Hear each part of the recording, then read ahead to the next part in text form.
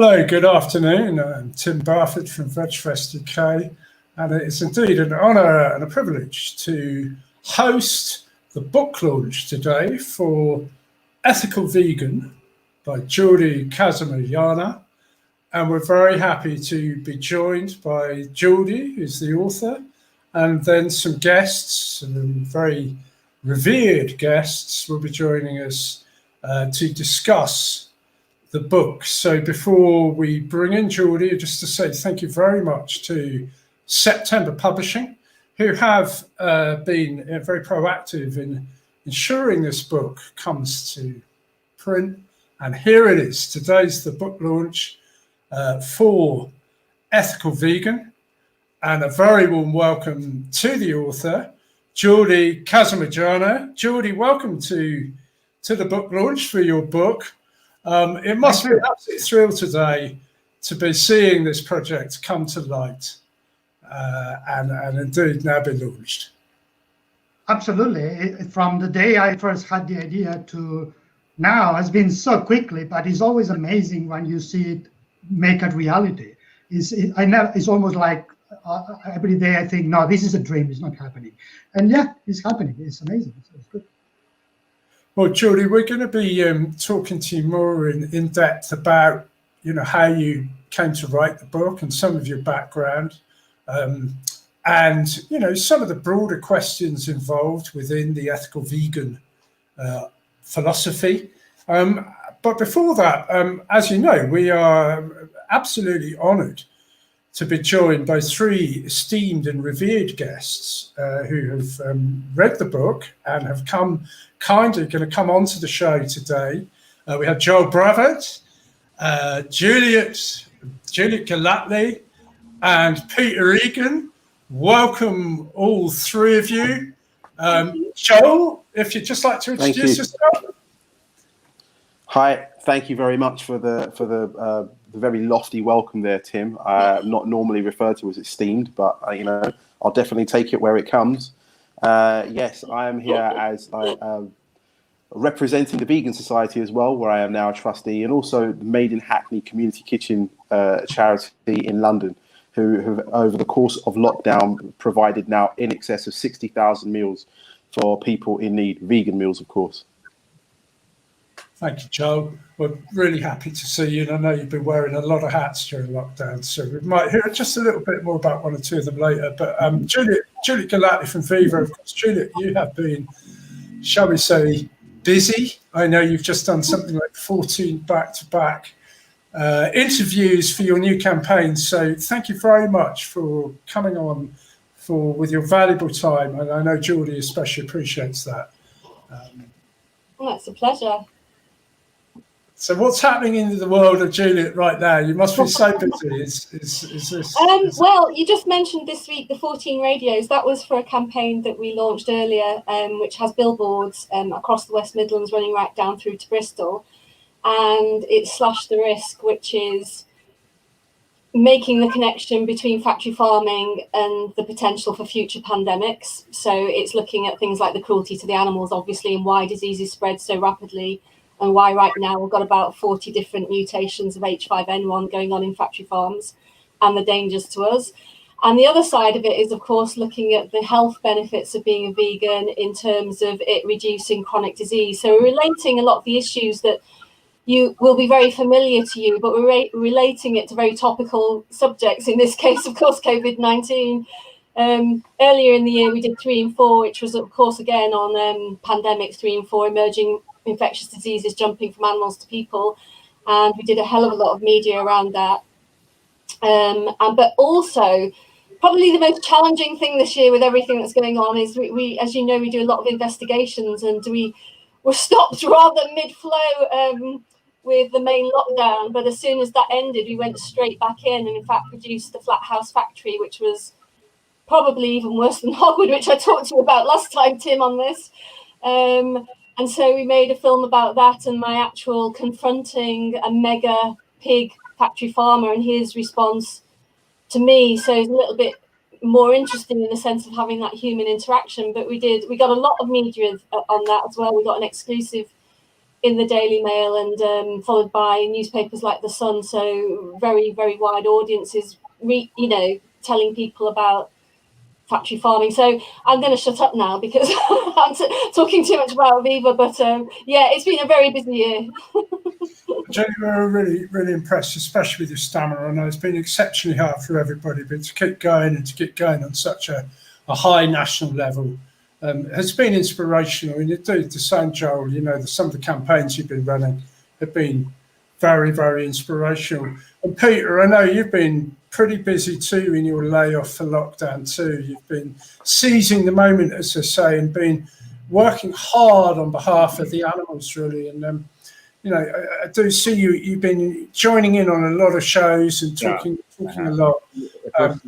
There's no filming happening at the moment, no theatre.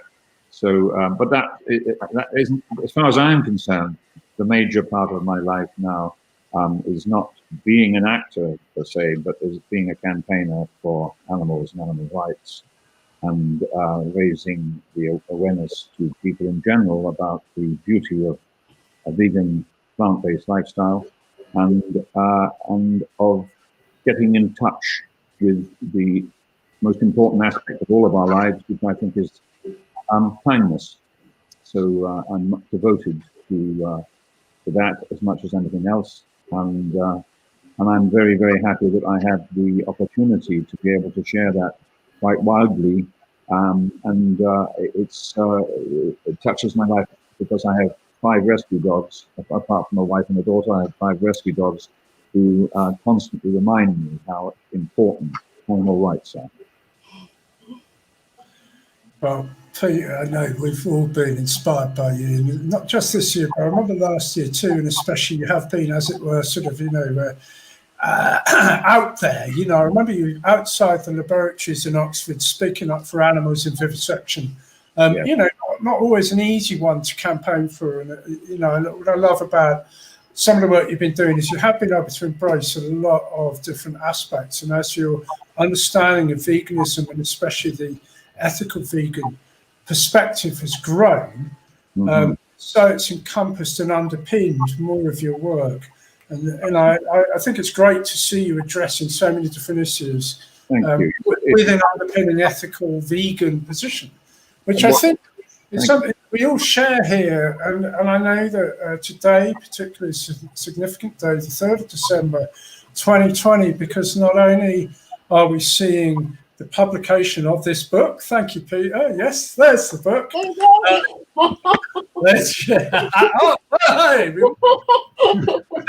Make it a full. The book is out today. It's called Ethical Vegan, and it's available through September Publishing. You can buy it through Waterstones. All of that information is available for sure. But today's also significant, I think, because 2 things are happening today. One is we know that the vaccine has been rolled out, which is hopefully bringing an end to all the COVID-19 lockdown and restrictions and impact that we've witnessed. But of course, raises ethical vegans certain questions. And likewise, too, something that was very significant today as a point of history is the UK government have announced an end to live exports of animals. That is something that will happen as we leave the EU. Government is saying they're going to bring that in. And I know, Juliet, we go back to certainly to the 90s, and of course in the 90s you will know, of course, that the animal rights movement was very much a focus was the end of live exports, and indeed people are giving their lives for this. So it's significant to remember too, I think, some of the people who have died actually in the name of ethical veganism. If you think of people like Jill Phipps, who was part of the live exports campaigns against live exports, who was killed by a lorry just over 25 years ago now, and Barry Horn, who gave his life for the vivisection movement and in solidarity with animals, and beyond, going way back, a number of people who've given a lot. So I think today marks very significant historical moment where ethical veganism really becomes very, very much clear to people. And because of Jordi, this book I think now we've got a route map or a roadmap, if you like, established about what does ethical veganism really mean. And on that note, before, Jordi, we talk about your book in more detail, I'm going to ask all three of our guests very succinctly, perhaps within 1 minute, to answer that question. So, Joel, what does ethical veganism really mean to you? Well, it's an interesting one. And again, to try and keep it within a minute or less. I've been vegan now for like coming up to 5 years. And if there's anything that I would probably highlight or point out is that over the period of which my own like learning process of veganism, of becoming vegan has happened, I've also seen the explosion of vegan business and of veganism as a point of engagement. And don't know who that one is. Really sorry. That's okay. We don't mind. Cheers. Thanks, Pete. You threw me off a little bit. The point I was going to make is that there has definitely been, I have noticed a difference between veganism as a business opportunity and veganism as a philosophy. And I think that also then kind of often boils back to the understanding of the difference between plant-based as a view of somebody's diet and veganism as something which actually affects every strata of our lives and how we choose to live. So ethical veganism to me is something that is to remind us that everything is inter and intraconnected. That ethical veganism speaks to the sentience not only of animals but also of our biodiverse and flora environment as well, and understanding that the relationship that we have with all of it has to be a relationship of trust. And he's getting me with this. No, it's perfect. It's just really. But yes, that generally was my point. That ethical veganism is a lifestyle philosophy, whereas I recognise, while I definitely extol the benefits of the attention that veganism has got within the business world and the commercial world, I think it is very important to recognise the difference between the commercial opportunities and the philosophy, which should be, I hope, something that can underpin our lives. Well, thanks, Joe. I agree. It's a sort of all-embracing way of life, And I remember thinking about, first of all, well, veganism is not really just a diet; it's a lifestyle. And then thinking, well, actually, no, it's more than a lifestyle. Really, it's a whole way of life. And then thinking, well, it's more than a whole way of life. It's really a whole embracing philosophy. Juliet, what do you feel about, in a nutshell, as it were, a vegan nutshell? I suppose the real nutshell, I suppose, is for me, ethical veganism is excluding all forms of animal exploitation and cruelty. And obviously within that, you have to say as far as is practicable, obviously, but that is it in a nutshell.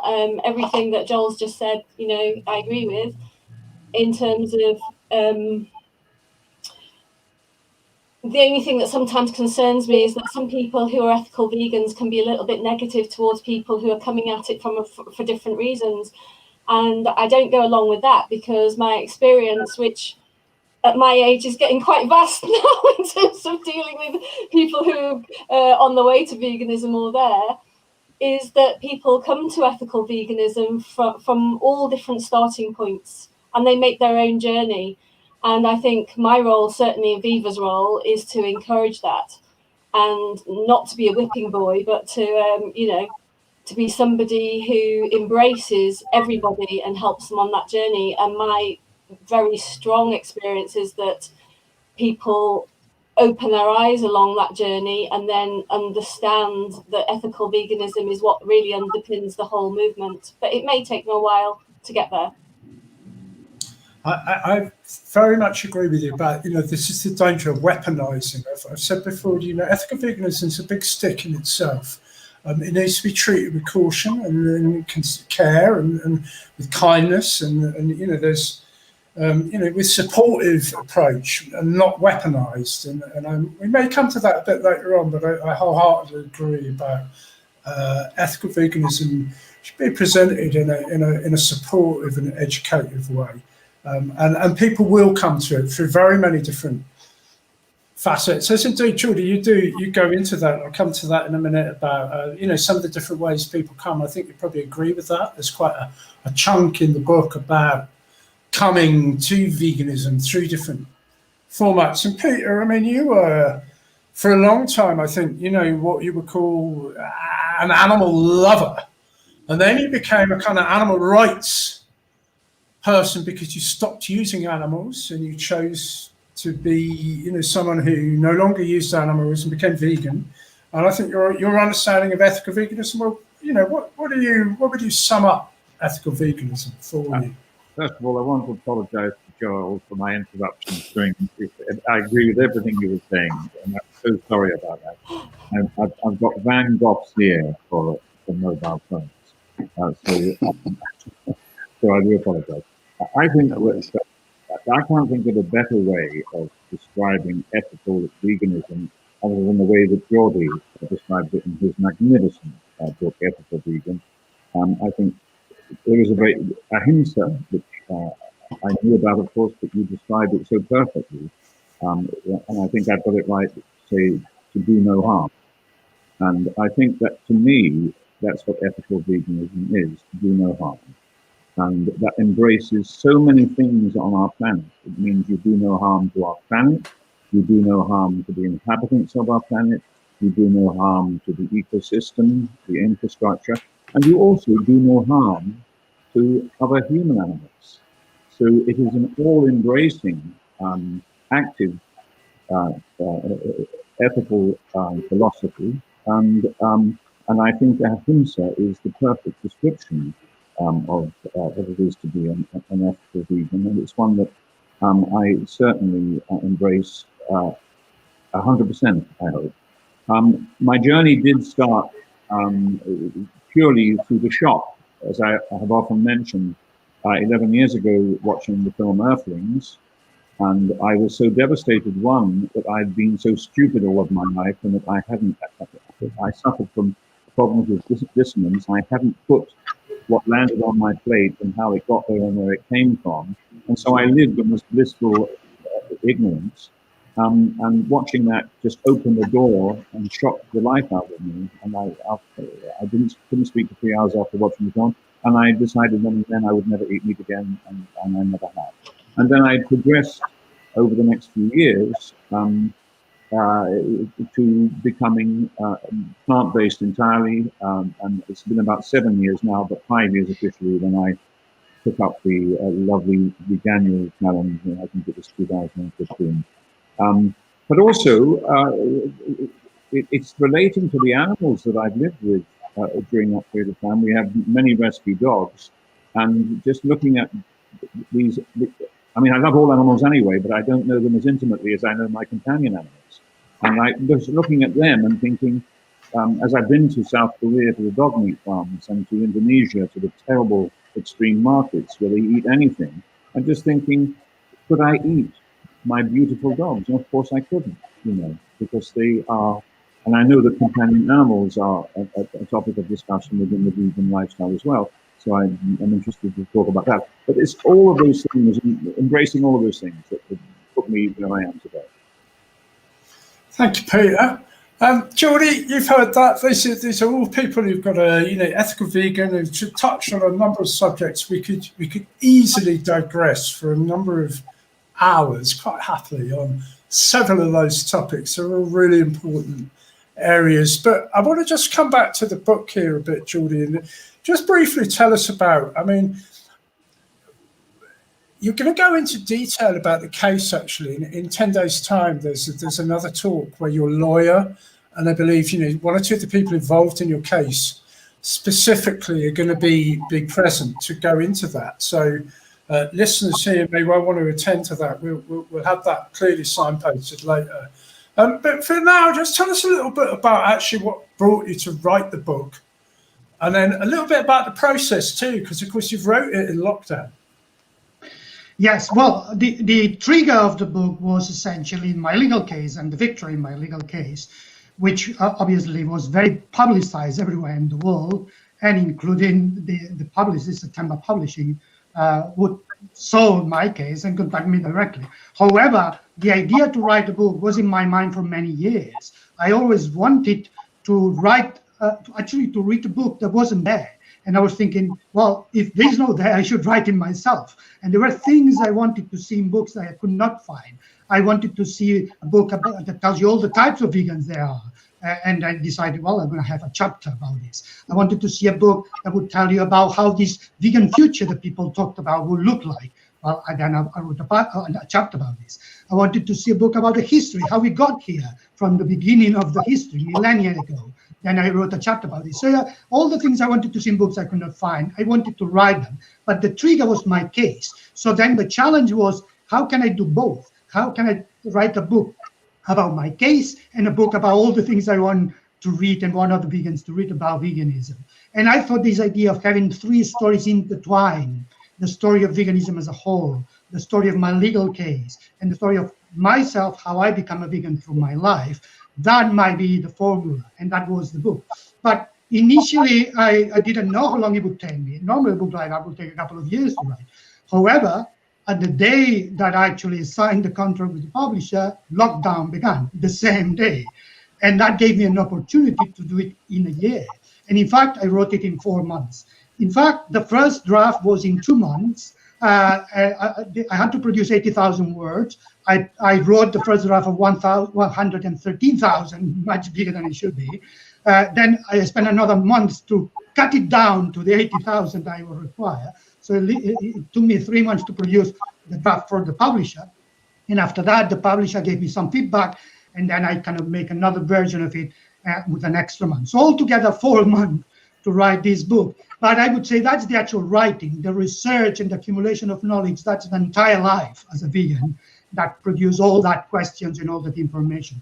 But writing it 4 months standing, as you see, I'm standing. I like to write it standing, pacing up and down my flat because that was my exercise during lockdown. So I exercise my mind and my feet writing this book. And Providence gave me that opportunity, and I'm glad I seized it.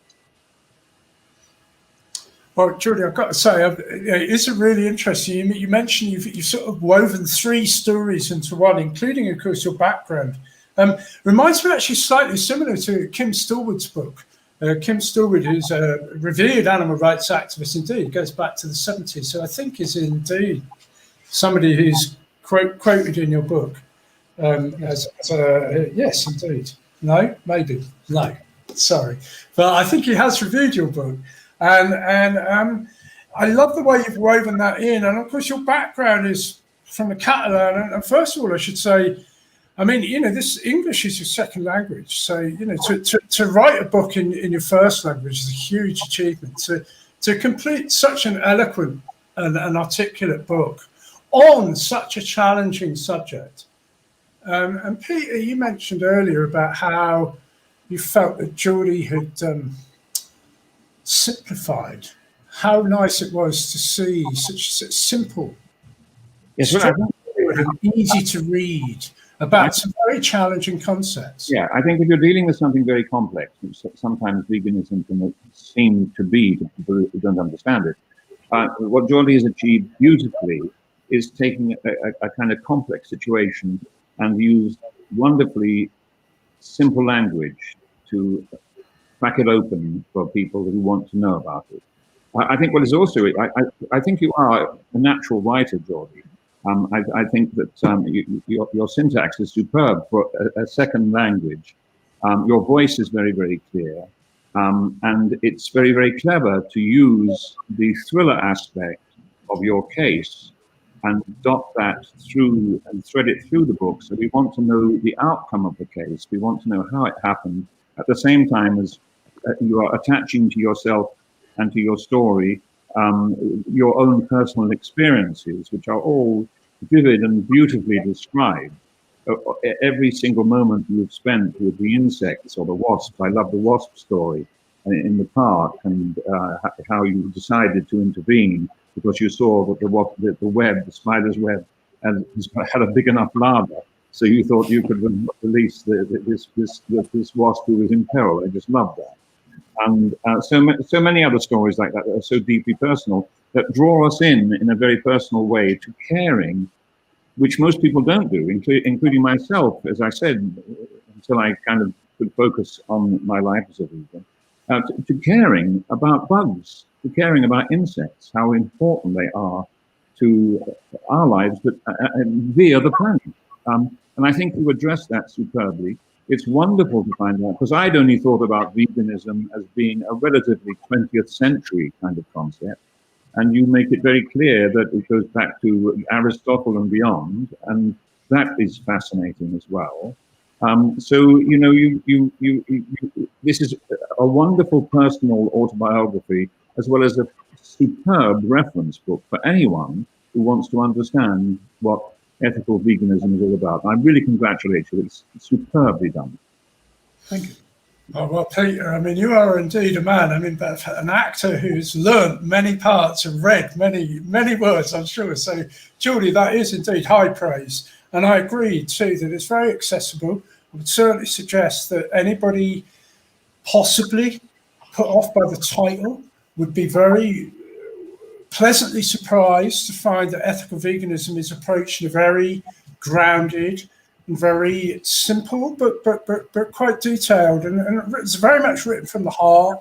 But it's clear. There's a clarity. And Juliet, have you had a chance to read Jordi's book, or like me, you just skim read it and just took Jordi sent it to me not very long ago, and I thought, just be completely honest, I thought another email out of the masses that I receive, and I thought, and there's a whole attachment here of God knows how many pages, no chance, mate. And then I actually opened it, and this, I have to say, Jordi, was about 11 o'clock at night, and I was still reading it at about 1:30 in the morning. So, you know, well done you. I just kept going. Again, I agree with Peter. I think it's an eloquent book. It's one where I think it's essential that you've included your personal story, because for me, that was, you know, perhaps the most interesting part of the whole book, actually. And the surprise elements of that. I loved your PhD stories and how you actually came, the beginnings of your openings of your eyes, your heart, to the whole issues. I won't give too much away, because I think there is a surprise element to that. And the other thing is that I suppose I spend at VIVA so much of my time looking forward and trying to change things in the now, that I don't really take the time to look back at the history. And it was really, it's something that I haven't done for a long time. I had to do a speech for the Jane movement, actually, and I honestly can say I haven't actually looked back at all of excuse me, all the things you were talking about since then, and that was quite a while ago. And so it was lovely having it all under one roof and all so well researched. And I found it astonishing when I spoke to you and you said you'd written the book so fast, because there's so much detail in there. Your brain must be, you know, a veritable Wikipedia of veganism.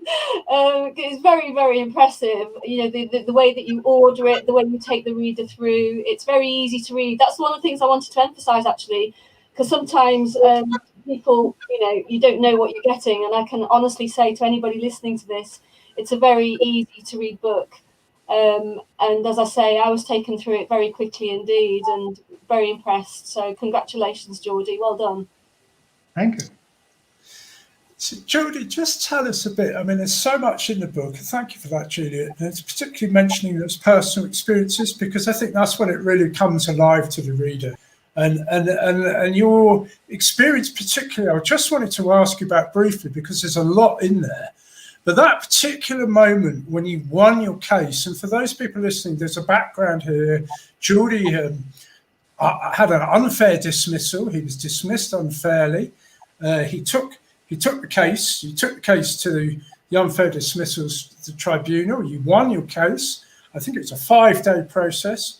You got a clear judgment that was very clear in your favour. What was it like, that moment? Tell us a bit firsthand how it felt. Well, it felt amazing. In fact, it was the hearing was divided in two, in a pre-hearing first in January this year, where the judge had to determine whether ethical veganism was a protected belief under the Equality Act. And then in February was my full merits hearing to determine whether I was discriminated because of that protected belief.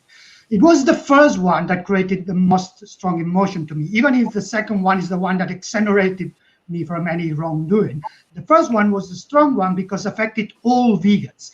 That declaration from the judge of recognizing veganism as a protected belief, that was affecting not just me, all ethical vegans. Basically, everybody that follows the definition of the vegan society. That is how the judge defined ethical veganism, because that's how I define ethical veganism as well, the original definition of the vegan society. But my emotion was enormous because one thing I didn't expect, I was crying while he was saying it, because he started to read my statement, all the events that I do every day, all the routines I do when I wake up, when I go to the toilet, just to describe which products do I use, how every decision I make, I had to think about ethical veganism, which is the option that damage fewer animals. And these things I do at home by myself, I live alone. Why should I do it? Nobody cares. And then reading or seeing a judge reading this, and I was welling up because I was recognizing, or I was seeing a recognition from the judge that this was an important thing. And it's not just an important thing for me, it was an important thing for everyone. And this, I was looking at the other vegans around, and they were present. They were also very emotional because they all do the same thing I do. And I, at one point, I imagined the animals, many animals I have encountered in my life, that they were all in the room with me, kind of listen to this and almost like in a whisper, kind of saying thank you every time that I did a little detail about my life to try to minimize their suffering. So it became a very profound, an emotional experience for me. But when it finished, I had to kick myself into reality because I had all this press to deal with. But for that moment, I was kind of in a cloud of deep emotion that I try to express in my book how I felt, and I hope the readers can feel it too. I think you did, because I recall experiencing something very similar about that feeling when you've got all these animals thanking you. I've had a similar experience. And I read that part of your book, and it did touch a chord about feeling that. And then, of course, the emotion of that, and then the reality of that, something like, 1,000 press stories. I mean, this really went around the world, didn't it? This story, became a huge media impact. More than 1,200 websites in 67 different countries. 60. I mean, this literally went global. And I think very significant too. I mean, interesting that literally just yesterday, the Vegan Society published a response about the COVID-19 vaccines and touched on the, should they become mandatory in some workplaces, how that would be affecting vegans and their choice and whether their rights to take that vaccine or not. And, of course, the landmark ruling that you had and the basis of this whole book really is something that's going to be going forward used tremendously. I mean, especially in the workplace, it's already got big impact in the workplace, and going to go all around the world too. So I understand there's terrific attention on this. We're conscious of the time here. So just before we move on to another big question, Jordi, just to sum up, just to say really about ethical veganism, I think one of the things that, we've had different strands about what's important. I would sum up to say that ethical veganism is fundamentally rooted in justice. It's the main tenet of ethical veganism is a justice for animals. And you don't need to love animals necessarily to stand for justice for animals. And the best way to stand for justice for animals is to not use them and to, of course, go vegan. It's the obvious solution or a response to that. But as well as justice, there's a tenet of compassion, which I do think underpins veganism. It's really essential to compassion for living beings, understanding, basically a kindness that extends towards humans as well as animals. That's a very important part of ethical veganism, is there is an aspect of compassion. There's an aspect of respect, of general respect. Peter, you mentioned, just an overall respect for the world we find ourselves in and the living creatures that we share, and the environment we live in. There's a fundamental respect that's a tenet of ethical veganism, and this very important principle of non-violence. And bearing in mind that the Vegan Society was formed in 1944, coming out of the Second World War at a time of incredible violence throughout the world, and it was very much seen in conjunction with human issues as well as animal issues. And although the Vegan Society was the first, the growth of the social movement, the first social movement for animals, was always very much rooted in compassion for people too. And of course, Dorothy and Donald Watson, well, certainly Donald Watson, and I believe Catherine Janaway, who's another pioneer of the Vegan Society, and were both conscientious objectors. Joel, I wanted to just bring you in on this one, actually, because in the last 5 minutes, and it's a big subject, I just want to sort of, before we wrap up, I wanted to just touch on this intersection between the ethical vegans and the battle for racial and gender equality, and I suppose on a broader picture, how animal rights intersects with human rights. What's your input on that? And I believe you've got a question or two for Jordi on that too. Well, it's been actually quite interesting listening for a while, and again, just kind of taking note of some of the things that have been mentioned. But I've kind of very much noticed in our conversation the pinning of veganism, or again, this kind of doing no harm, very much to a Western canon, which I think one thing I do appreciate greatly about Jordi and his book is the presentation from the perspective of an outsider. And when I say an outsider, I mean an outsider potentially to the mainstream like Western narrative, but also to the recognition that preceding the word veganism, ahisma, and other movements from other ancient communities around the world have to many extents been practicing these kinds of behaviors and having these kind of cultural traditions. And so something that kind of like, it always like chimes with me is that in modern society, as we talk about veganism, it is very much framed through, I mean, again, I am a trustee at the Vegan Society. And so people kind of see it as a movement and as a perspective that has only existed since Donald Watson coined it in 1944. But I think one thing that I do appreciate is the recognition that this is a longer piece or a longer story within the human narrative. And then to bring that back to your point about justice and the strands that come from it, I think that justice in its purest form, like, is the parent of all of compassion, empathy, and the other values that you mentioned, because a true justice framework, like, surely encompasses compassion, because to have a truly just outlook, which doesn't just apply to your fellow man or people who look like you or people who are like you, but to recognize every living thing, or not even every living thing, but everything as having an interconnected place, is really about what it means to have a true justice framework in your mind. So, I mean, for me, like, a large part of how I have become vegan was the intersectional approach, in recognizing that many of the things that I look at in the annals of history, and I feel disappointment that people didn't speak up earlier, it kind of felt incumbent on me that there are elements in modern society that I have to speak to now, in the same way that I would have wished people in the past would have spoken to things that may have affected me or other people who would also be affected by an unjust society. So I just wanted to get that out there while I was listening to everything. But then with regards to that, like, the intersectional approach, I know that, Jordi, having written your book this year has also been very much an inflection point in human society with regards race. And again, over the recent years, things like the Me Too movement, on top of Black Lives Mattering, and, like, the George Floyd particular inflection point of this year. But I suppose the question that I would ask within all of that is, how do you see the intersectional vegan fitting into the ethical vegan framework?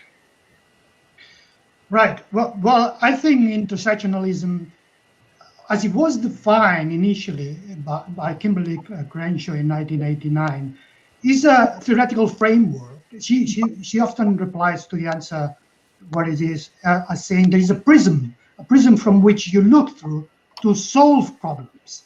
And I think as such, it's a tool. It's such an important tool to solve problems.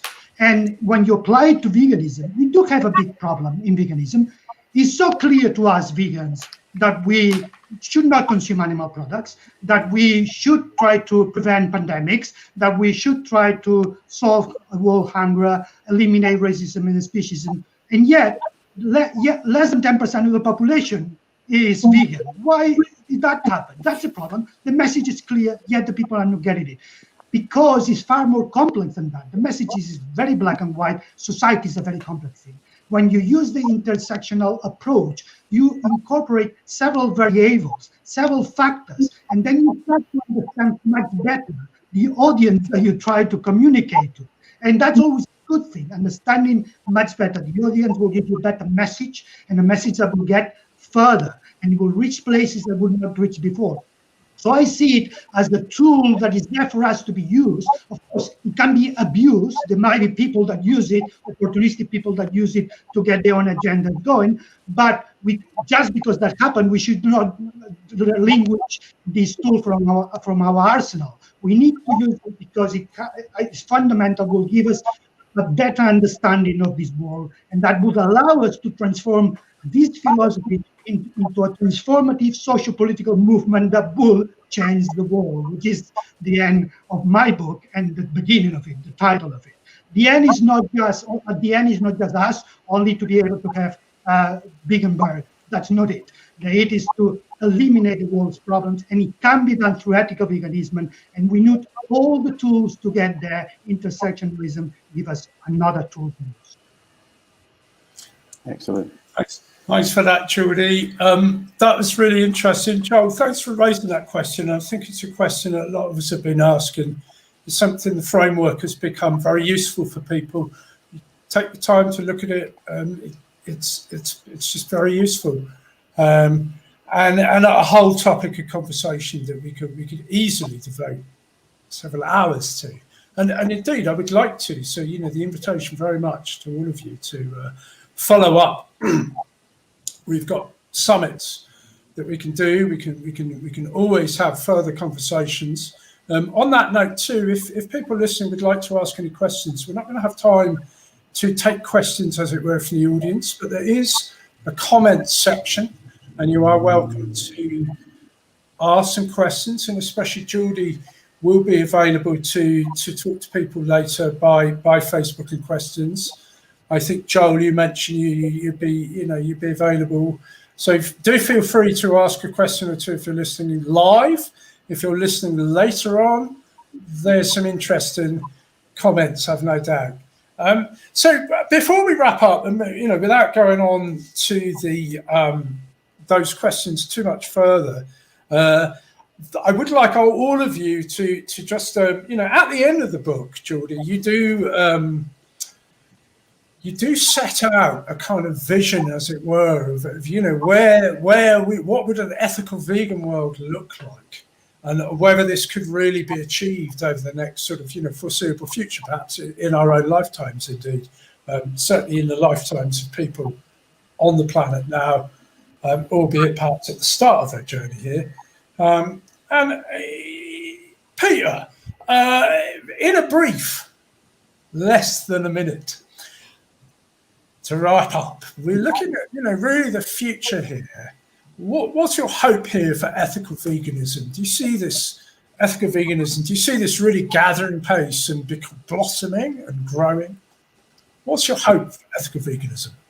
I think simply my hope would be that the general population throughout the world stop being frightened of it, stop viewing it as something that is going to make them lose things, and actually make them understand the wealth of things they're going to gain from following an ethical vegan lifestyle that is based in kindness, generosity, compassion, imagination, entrepreneurship, and health.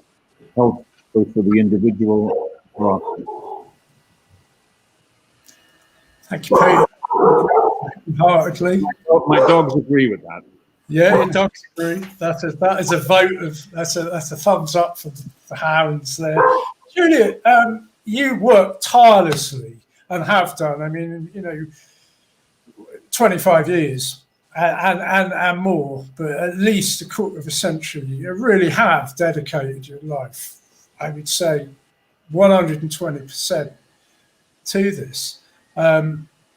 To this movement. And here we are on the sort of crest. We've got ethical veganism enshrined now, as it were, in law and articulated in a book. We've got the growth of plant-based diets going everywhere, and it's really going global. What's your hope in again, proverbial nutshell? What's your hope? How do you see ethical veganism, especially in the future? I think, first of all, it's inevitable that you're going to get, if you want to categorize veganism, you're going to get all the different categories. As ethical veganism becomes popular, you're going to get businesses who want to take advantage of that. Of course you are. And I think we have to embrace that and see how important that is in taking ethical veganism forwards. I think, in summary, what my hopes are is that people will understand the absolute necessity for the world to embrace veganism.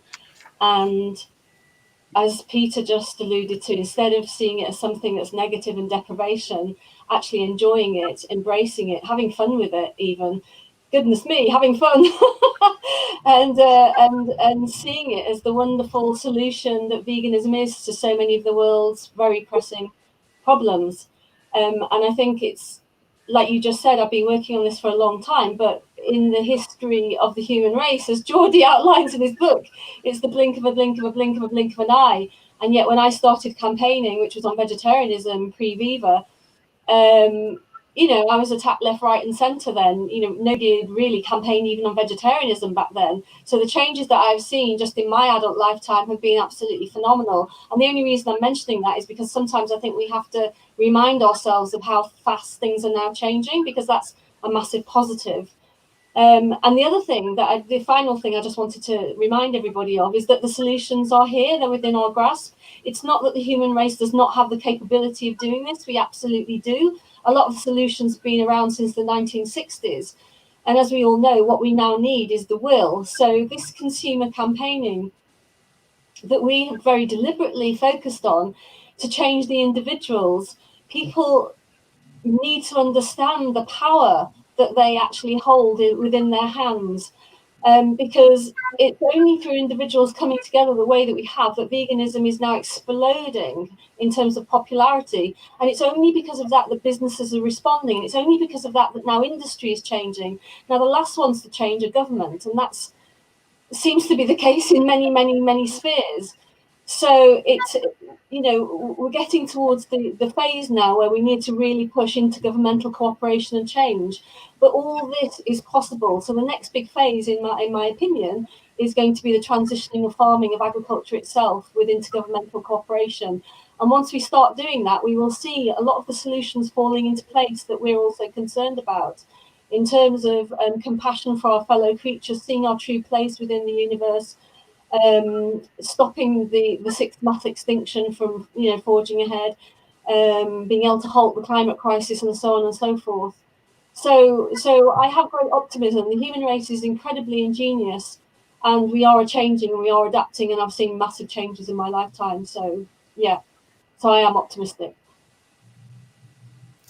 Good stuff. I agree wholeheartedly. We've done a lot between a few people have done an awful lot in a short space of time. And it does empower other people, I think, to see that. Is that as a collective, especially when people come together, and a good idea, his time has come. But I do think that we do need to push collectively now. And Joel, I'm sure you would agree on that. And all your work is underpinned really by a vegan perspective.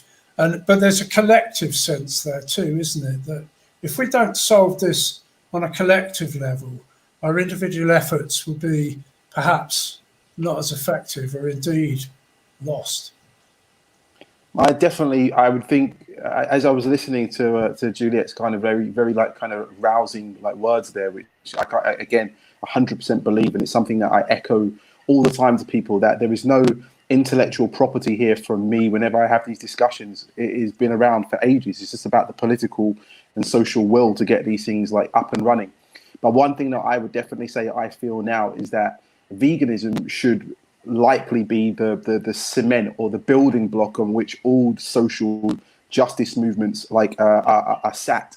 Because when you have this one at the base, it's almost like if you're doing I don't know, strength work, it's the core work. Because once you have the strong core, you can then build all of the other things on top of it. And I have found that veganism has helped me with like my social justice work with regards to race, gender, and everything, because it gives you a much clearer view.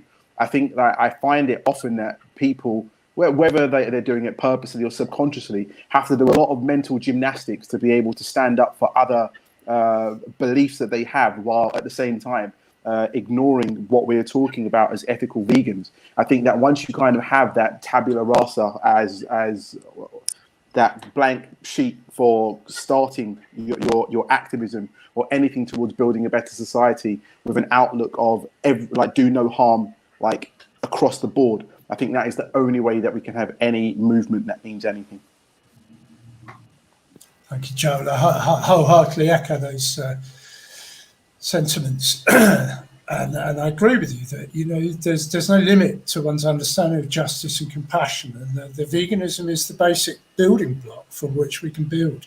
And that's why I think the intellectual framework is so useful, because it enables individuals to expand their understanding of justice and to understand how it interconnects, and then to understand how we can dismantle some of this too. So thank you very much, all of our guests. Joel Bravitt, who's part of multiple organisations, including the trustee of the Vegan Society, and of course the incredibly important work that Made in Hackney is doing.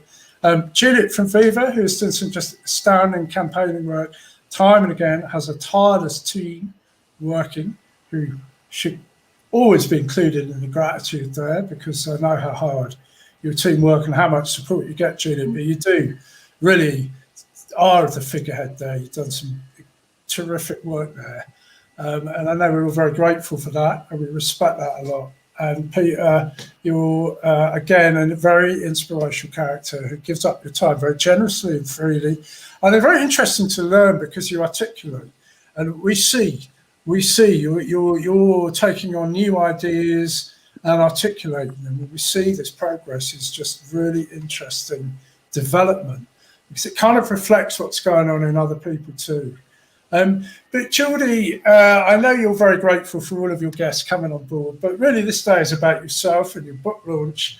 Again, the day that ethical veganism comes into print, and you know, slightly overrun on our prescribed time, but I'm going to ask you, before we just run a few slides to let people know where to buy, of course, this book, which is, I think, pretty much Waterstones, and September Publishing is the key point. That's where you can find it all. But Jordi, if you wanted to wrap up your vision now, I mean, you've put all this trouble into the book. It's out there in print. Obviously, you'll be promoting it. Obviously, you want people to buy it and to perhaps buy it as a present. It does make a fantastic gift, I've got to say. I highly recommend it. It's quite a fun read. It's quite easy. Jordi, give us a minute then to just sort of sum up. What would you like to wrap up on this fabulous occasion?